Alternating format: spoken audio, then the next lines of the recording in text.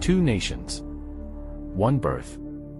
A history soaked in blood, tears, and division. This is not just a war over land. It's a war over identity, pride, and pain. Welcome to the untold story of the India-Pakistan conflict. How it began, what fueled it, and why peace still seems like a distant dream. In 1947, the British Raj left India, but not before slicing it into two. The world witnessed one of the largest and bloodiest migrations in human history. Hindus to India, Muslims to Pakistan. That was the idea. But what about Jammu and Kashmir, a Muslim-majority region ruled by a Hindu king? The Maharaja hesitated. Then came chaos. Tribal fighters from Pakistan invaded, seeking to claim Kashmir. In panic, the Maharaja signed the Instrument of Accession, and Kashmir officially became part of India. India sent troops. Pakistan retaliated. The First War had begun. The war ended in 1948, but the damage was done. Kashmir was split. India controlled the south and east, Pakistan took the north and west. The line of control was drawn, but peace was never signed.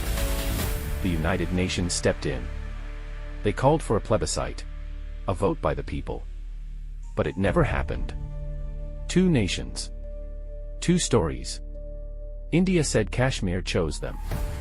Pakistan said the people were never allowed to decide. And the fire kept burning. In 1965, war returned. Pakistan launched Operation Gibraltar, sending soldiers disguised as locals into Kashmir. They thought the Kashmiris would rise up with them. But they were wrong. India hit back with full force. Tanks rolled. Jets flew. Thousands died. The war ended with a ceasefire and the Tashkent Agreement. But nothing really changed. The border was quiet again. But only for a while. This time, the war wasn't over Kashmir. It was about East Pakistan, now known as Bangladesh. A brutal civil war broke out between East and West Pakistan. Millions fled to India. India intervened, not just to help the refugees, but to strike a blow to Pakistan. In just 13 days, India defeated Pakistan. 90,000 Pakistani soldiers surrendered.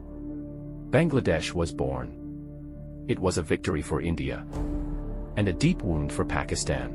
In 1998, both India and Pakistan tested nuclear weapons.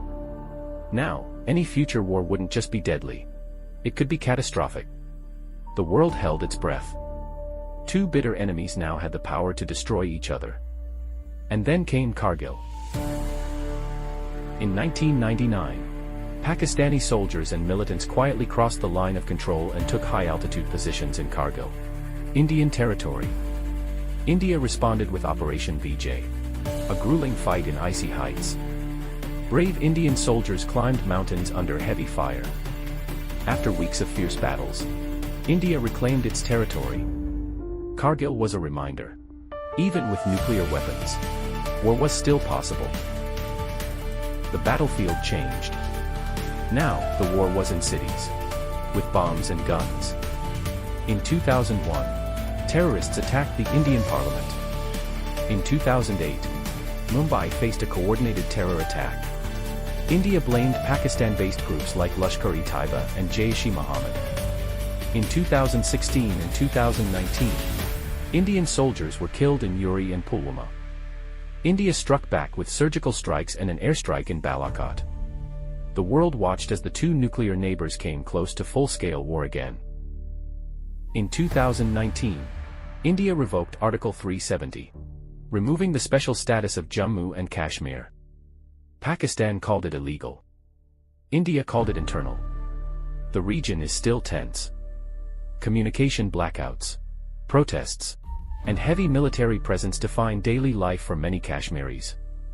For over 75 years, this land has known more fear than freedom. The India-Pakistan story is one of war, but also of hope. People on both sides dream of peace. They share language, history, food, even cricket. It's not land that divides them. It's wounds that haven't healed. of one day, maybe the guns will fall silent. And the two nations, born from the same land, will write a new chapter of peace, not war. If you found this story powerful, don't forget to like, comment, and subscribe. Tell us in the comments, do you think India and Pakistan can ever truly be friends? Thank you for watching. Stay informed. Stay hopeful.